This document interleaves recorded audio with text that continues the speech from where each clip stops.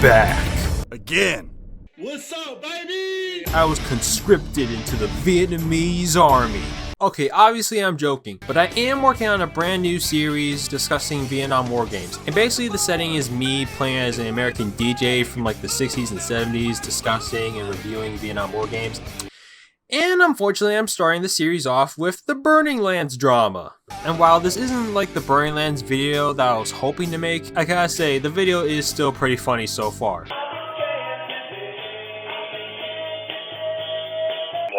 If I got lotion on my dick without this stroking my dick. Seeing Chance Blair's asshole was not one of those things I asked for Christmas. I received the following feedback from Chance. Not exactly the excitement or gratitude that I was expecting. How about a nice big cup of shut the fuck up? And of course I'm working on a few other videos, and really looking forward to uploading those. So stick around the channel and wait for those videos to come out. And thank you guys so much for the 900 subs and for sticking around this channel. Stick around. So we go back to where we last left off. Now that's what I call skull f***ing. And with Nima's knife somehow piercing the helicopter controls. And just a reminder, these helicopters were acquired by InGen.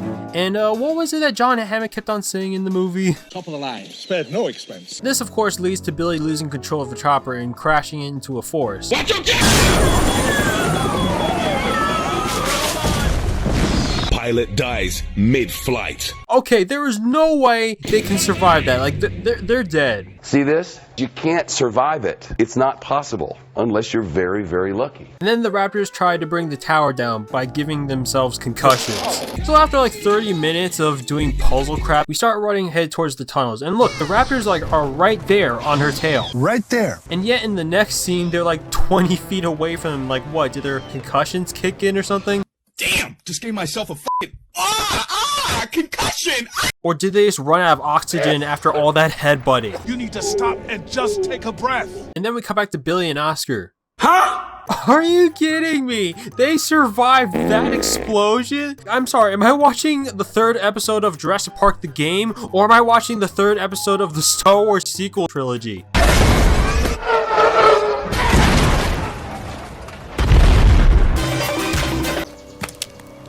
Wow, Barbasol.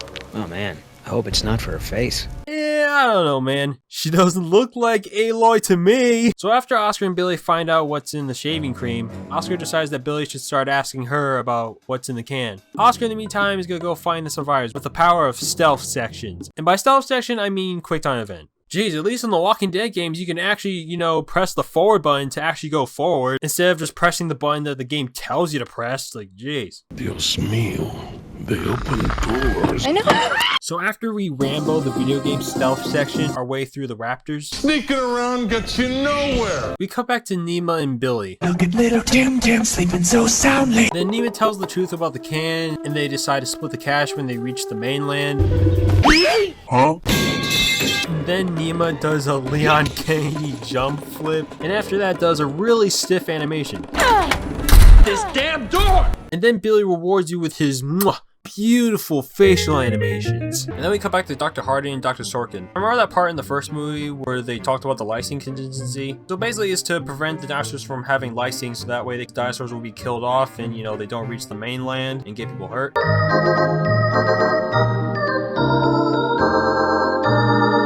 Yep, well, guess what? Dr. Sorkin put lysine throughout the entire water supply and all over the island. Are you crazy? Are you out of your mind? And now you get to play as Dr. Sorkin and you can finally take out your frustration by telling Dr. Sorkin of how much of a dumbass she is. You're insane. You're insane. And wait, what? Now we're switched to Dr. Sorkin and we have to argue back at Dr. Harding? Hey, what's going on?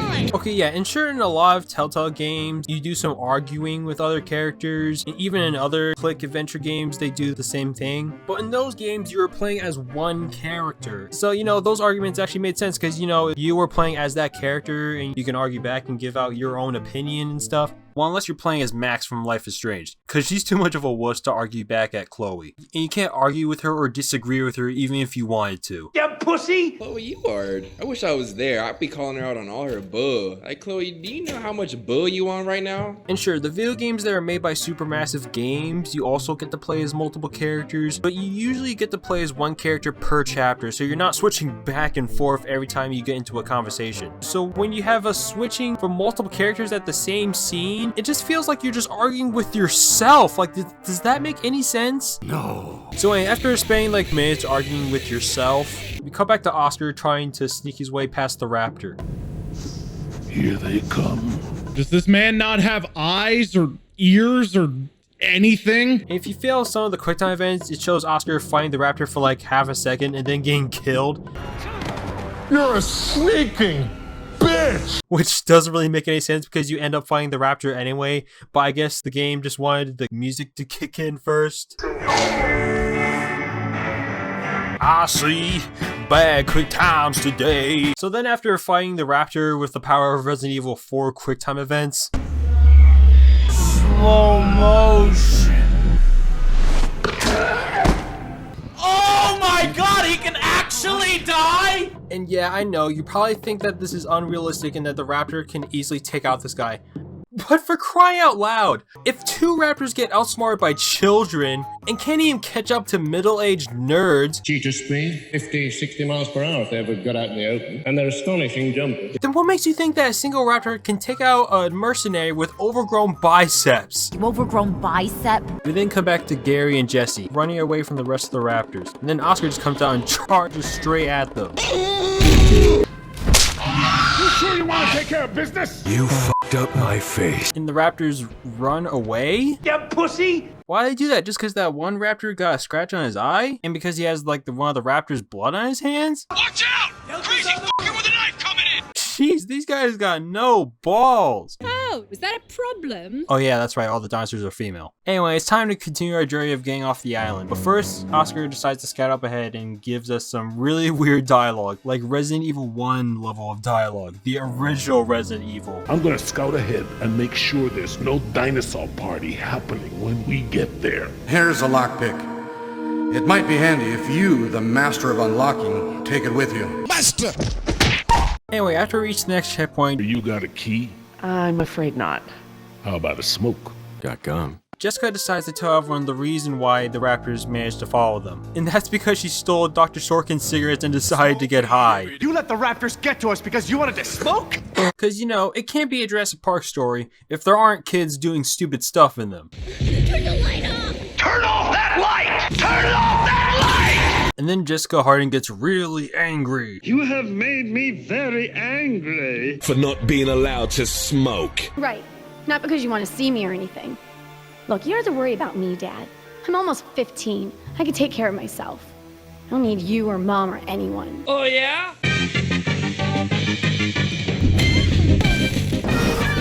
Slip and fall.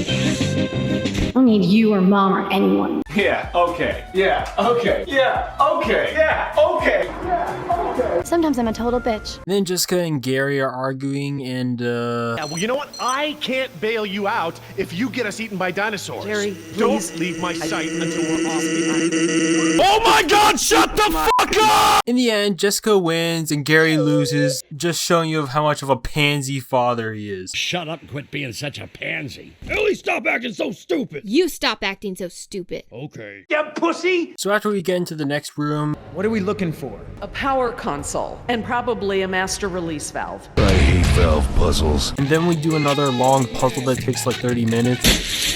And then once again, we're being chased by Giant lizards! Can't these doors be opened manually? I'm afraid not. The only way we can get them open is by using the controls by the doors where we came in. What? Why do we need to press the button down there to open the doors up here? Absolutely spectacular design, spared no expense. I want you to tempt those raptors by creeping down the ladder. That sounds like a great plan. You got something better? Could always throw the doctor lady down there. That would distract them.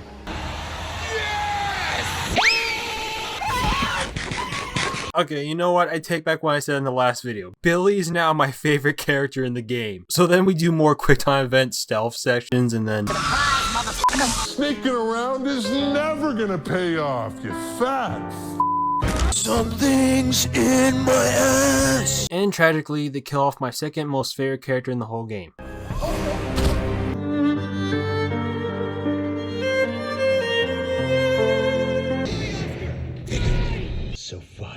Just fight. There's nothing you can do. Leave him or we'll never make it. Are you okay, Billy?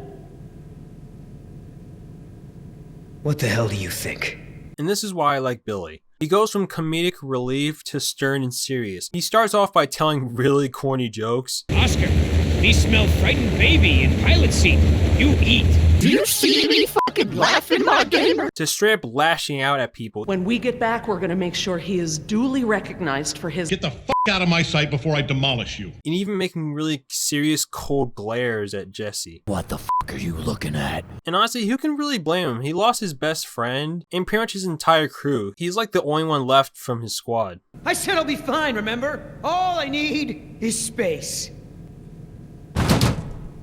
And yes, while this not be exactly original, because a lot of comedic reliefs usually go down the same path, oh, fuck. But it's not exactly a bad character arc, and it makes sense for the character to go down that path, because when you have a serious story that has a bunch of death in it, then it's only logical that the comedic relief drops the whole clown act and decides to get all serious, especially when someone loses a close friend or is being betrayed and all. But personally, I think my favorite comedic relief character that goes down that path is probably Lugo from Spec Ops: The Line. And of course, he starts off as the typical funny guy as you expect. But in this game, it doesn't feel like he's just telling jokes for the sake of being the comedic relief. Due to his dialogue, I think that's his way of taking out his frustration on being on this mission, which he thinks is a waste of time. Sounds like a waste of 3 stone-cold, ruggedly handsome Delta operators such as ourselves. Think of it as a paid vacation. Well, for future reference, I prefer my beaches with a 3-to-1 sexy lady dead body ratio. Lugo, do you ever actually hear the shit coming out of your mouth? No, I do not, sir. I find it messes with my rhythm. But in the next phase, when he sees some civilians dying and some American soldiers going rogue and killing each other and even shooting at him and his team, and they're forced to put them down, he starts questioning on why they're still on this mission and why they just keep on going forward. This is just fucked. What are you talking about? People died back there. Not just soldiers and civilians, but Gould. Our best chance of getting out of this hellhole. Calm down, Lugo. Don't tell me to calm down. We got no idea what the fuck we're doing here. What the fuck are we doing out here? I asked you. What in the fuck are we doing here? And then Lugo really starts to reach his breaking point once he, his friend Adams, and Walker does a bad thing, which, in case you want to see the story for yourself, I'm not going to spoil it, but let's just say it's a pretty big thing. But let's just say that's Lugo's breaking point. And you can tell because at first he was obviously disgusted and was uncomfortable of killing his own American troops, but after his leader Walker was trying to convince him and Adams that they're doing the right thing and they're doing what they have to save the country, Lugo doesn't seem to mind killing more American soldiers. And even his comedic personality starts to get a bit dark. What the hell is this? What the hell is this? Somebody doesn't want to play soldier anymore. Even after watching you, the player, kill American soldier in the most unnecessary way possible, Lugo just completely shrugs it off. Jesus, what the fuck did you do, Walker? Hey, you caught me off guard. Hey, it happens.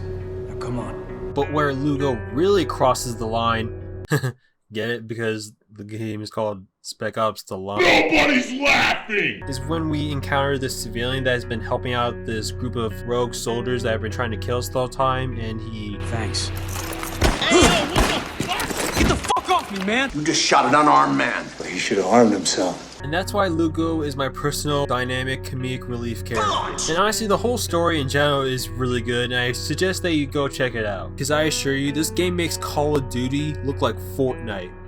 Oh no way, that's exactly what Call of Duty is now. You're better than this, Captain. And what's that queer outfit you're wearing? And considering that this game was removed from Steam very recently, I believe that this game definitely deserves more attention. Anyway, back to the story. So after the characters give Billy some space, they come across Decaf. What happened to him? It died. Yeah, remember Decaf? Who? Come with me, Jess.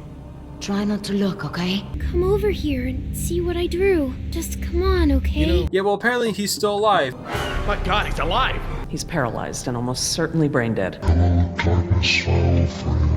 The fuck? And whatever did this to him is trying to keep him alive so they can lay eggs in him. Because, I don't know, I guess this is an alien movie now. If you'd asked me 5 minutes ago, I'd have told you such behavior didn't exist outside of class and secta, but— Man, what's wrong with you? But then Dr. Sorkin reveals that it was those Captain Price raptors that did this to Decaf, and that she knew that they also gotten out just like the rest of the dinosaurs. I knew they'd gotten out somehow, but I never thought— Knew about this? You knew? I'll kill you! Now, I'm sure a lot of people that were playing this game thought that Billy was going too far and was overreacting. But to be fair, if Dr. Sorkin did tell Billy and the rest of the team about these things, then those guys back in the second episode probably wouldn't have gone into that museum and gotten themselves killed. So once again, I'm going against Dr. Sorkin and siding with Billy. So what, I'm the enemy? I'm the bad guy here? I'm just trying to open your eyes! I'm trying to show you the truth and bring someone to account for it! And as much as I really want Billy to kill Dr. Sorkin, he's willing to let her live as long as he admits that this is her fault. Which, by the way, it is. It's my fault. Shit, Negro, that's all you had to say. And yet, Billy lets her live. Damn, your breath stinks. You want her alive? You got it. And then Billy steps up and takes charge of the group and tells them on how they're gonna survive and get off the island. Alright, we all have the same priorities here now. We get to this marine exhibit and find the phone. We get another chopper in the air to lift us out from there. Keep moving! Don't look back, it only slows you down! Because Billy is the best character in the whole game. Sorry, Oscar. Sorry, mate. We have to shh. I will not be shushed. Shut! Sounds like someone breaking in! And then we finally come across the Captain Price Raptors. And then we start running away from them. But then Jerry and Nima get split up from Dr. Sorkin, Billy, and Jerry's daughter. And then Nima thinks that this is the best time to establish her in the island's backstory. Oh yeah, in case you didn't know, Nemo is like one of the locals of the island before InGen decided to kick them out and make dinosaurs. And it sounds like a good backstory to establish, but it's executed pretty poorly and gets established in the worst possible timing. Hence why I never talked about it in the first video and I am only discussing it now. Alright, Jerry. Enough talk. Enough talk. Enough talk. And then they find Jesse, Billy, and Dr. Sorkin, and the night vision raptors are never seen again. Lol lol lol lol lol lol. What? All this build-up and that's it? Yup.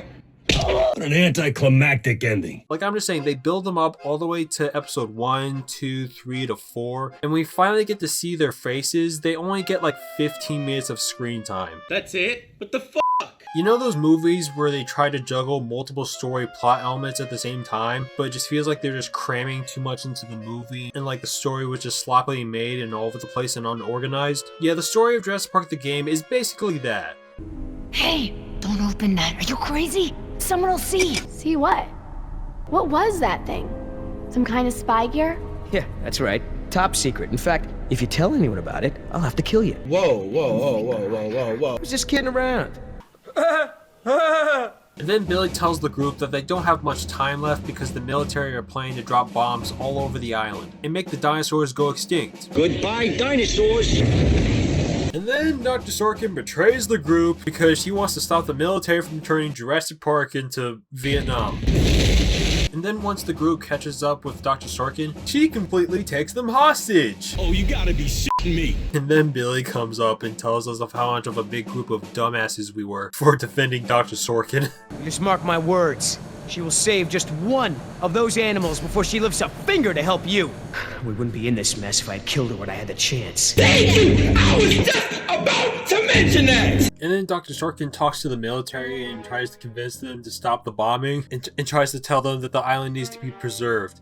And that went just about as well as you'd expect. No, if you don't offer me some sort of guarantee that the island will be preserved, I will have to escalate matters. We don't talk, okay? You're friends with monsters. Get the f*** out of here! So after the phone call fails, Dr. Sorkin decides to free the mosasaur.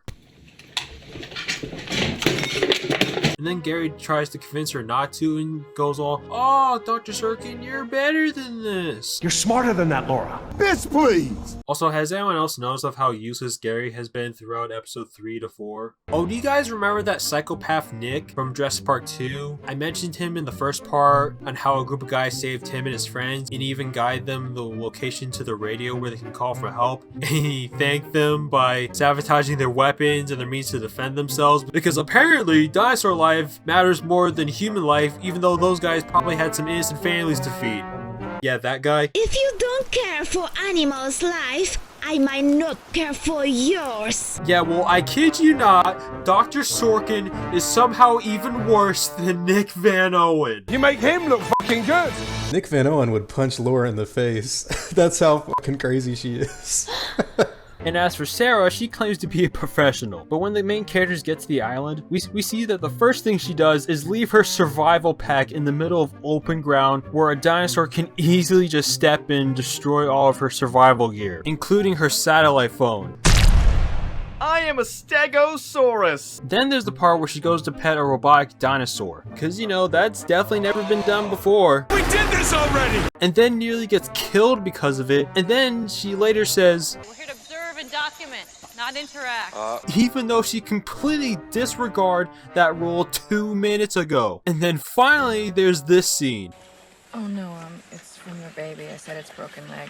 And yet she still wears it, which results in the T-Rex family chasing after her and the entire group. Seriously, she's like one of those chefs in Hell's Kitchen. They both claim to be professionals and well experienced and act like they know what they're doing, but they don't know jack shit. First shape it. Here, put it here. Roll the fucking pizza dough. I roll the fucking pizza dough. What are you doing? Are you fucking...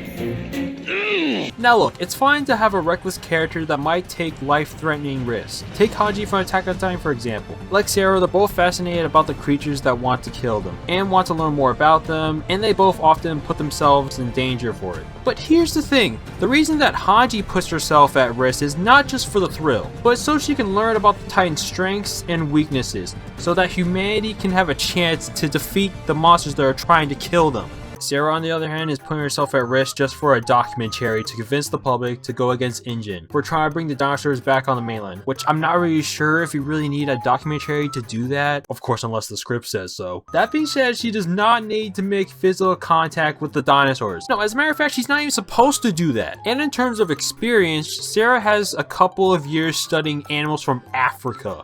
Yeah, I'm not really sure if lions and zebras can match up to big ass dinosaurs. And she so far has been studying the dinosaurs for about, what, 2 days?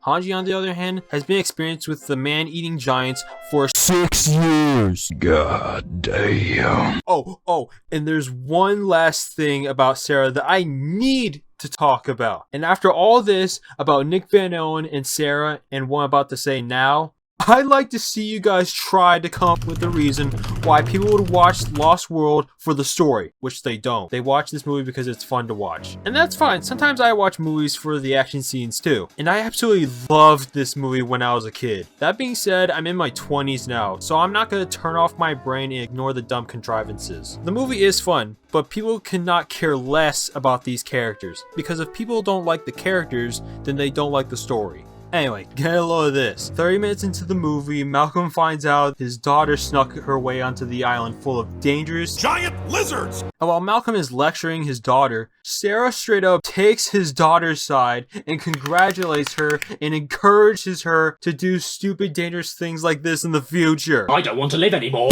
Did you lock her up for curiosity? Where do you think she gets it? Thank you, Sarah. Hey, don't... Really came Eddie? all that way in What? this trailer? Why in the hell Yeah, it was great. doesn't this thing ever work? You know, it's not a landline. You know, you're not in a phone booth. You gotta wait for a decent signal. What is that?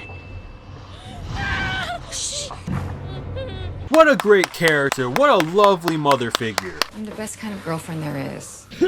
My ass! Anyway, after Gary fails to convince Dr. Sorkin to let them out and to not let the mosasaur out, Billy decides the only way to stop this is by using force. Plan B. No, we can't do this my way! And you're probably wondering, but that door is made of solid steel. How can you possibly open that? Well, that's simple, really. By using the power of Jack Nicholson. Here's Johnny! After Billy actually gets the door open with an axe. Top of the line. Spared no expense. But before Billy can stop Dr. Sorkin from committing terrorism... Oh, shit!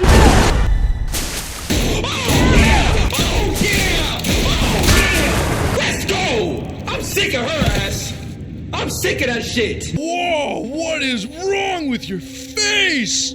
All right, everybody, be cool. Stay away from the window. Be cool? That's right. What, you want an I told you so? Yeah, that's my Billy, being the best character in the entire game. That's far enough. Come on! You're not coming with me. There's going to be a tragic accident, Jerry. What? Nima, What? everything we need. What? Finishing Why? What? them. What? Say what again? Say what again? I dare you. I double dare you, motherfucker. Billy! Billy! Like, what? Why? Why would you do this to me? I was rooting for you. We were all rooting for you. How dare you? Okay, I've seen a lot of dumb twist villains in a lot of games and movies, but this is by far the dumbest I have ever seen. Like, this is on par with the Life is Strange twist villain. No. Billy Yoder has the same amount of brain cells as Philip Graves. Little quick rant right here. Why was Philip Graves decide to betray the team now when there's still terrorists out there with missiles? Like, seriously, what was going on in his head when he was betraying the Mexican Special Forces? Tacos this Christmas, those illegals in my yard. And also, why is Shadow Company just overall completely pathetic and non-threatening? Like, seriously, every time I see them in a cutscene or in a trailer, I laugh my ass off. In fact, I'm just gonna rename Shadow Company to Target Practice Squad. So y'all need to stand down. It's time to let the pros finish this. This, please!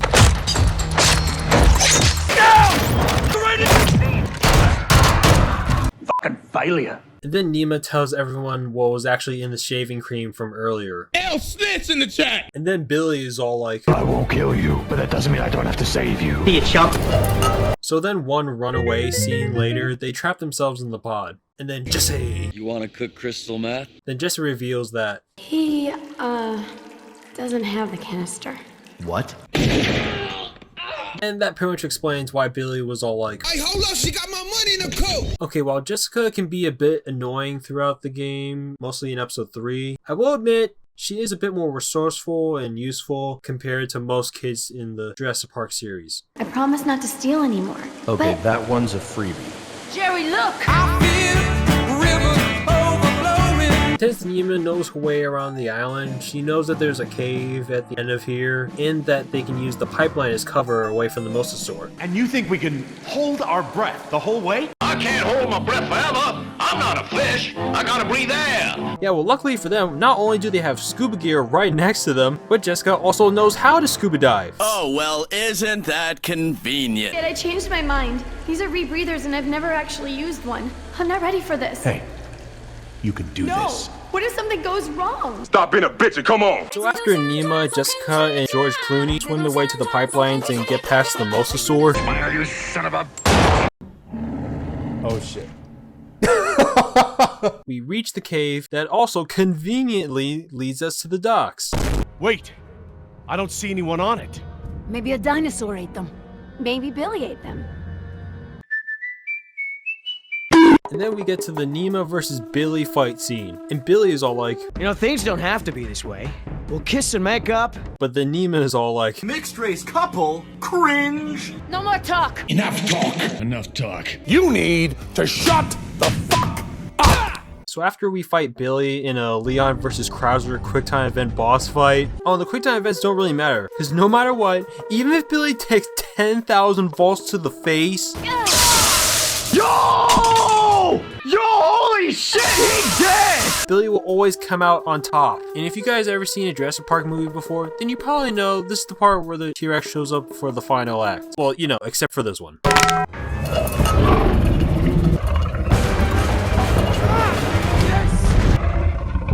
Well, that was idiotic. And for some reason, the game gives you an option to choose between saving Jess or leaving her, which doesn't make any sense and is completely out of Nima's character. It's not about the money anymore. I'm not gonna let you hurt these people.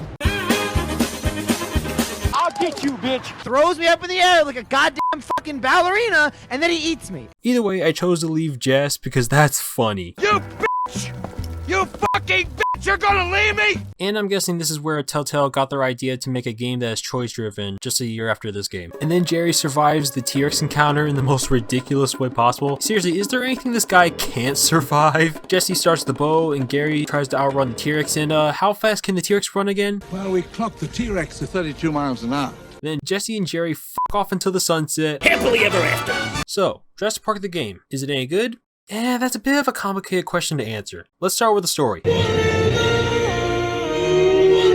Okay, at first the story actually starts off pretty good. It gets things pretty intense and felt like there's some stuff at stake. And episodes 2 and 3 were also fairly decent. I'm sure there were some dumb stuff in it, like Jerry being able to survive.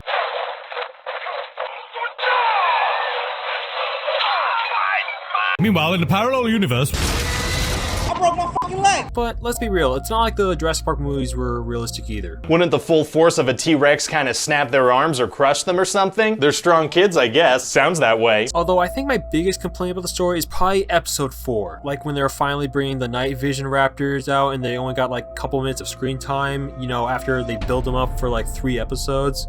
I thought that was pretty dumb. And I especially hate the part where Billy betrayed the group. Like, he really had no logical reason to do this and had no real motivation to do it either. If you think that the guys on the phone told him to do it, think again, because... You bastard! What will your bosses think when they learn that you tried to murder us? But they won't learn about that, because one way or another, you're not gonna tell them. So yeah, basically it was just twist for the sake of twist. Although I will admit this episode did have pretty good kills every time when you fail a quick time event. Like the deaths in this episode were pretty over the top. And also a little bit tragic.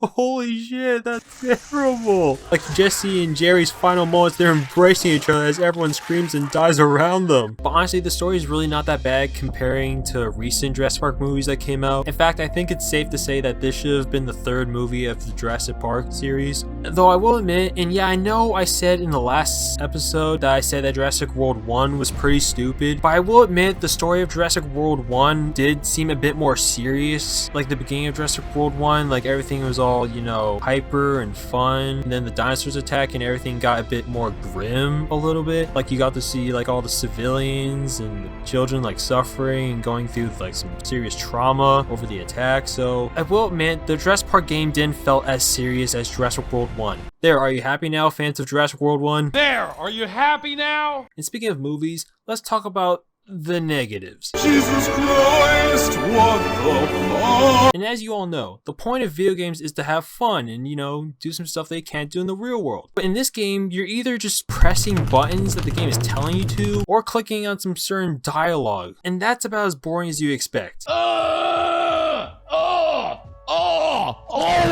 Yeah, and that's one of the reasons why this game was a bit hated. And hell, even Telltale acknowledged this and saw the backlash that it got. So much to the point where they straight up removed the game from Steam. So if you do for some reason want to play this game, the only way to get this game is mostly online. And even though Telltale definitely stepped up their game a year later by making their video games choice driven and adding a bit more gameplay mechanics and having incredible stories. Damn!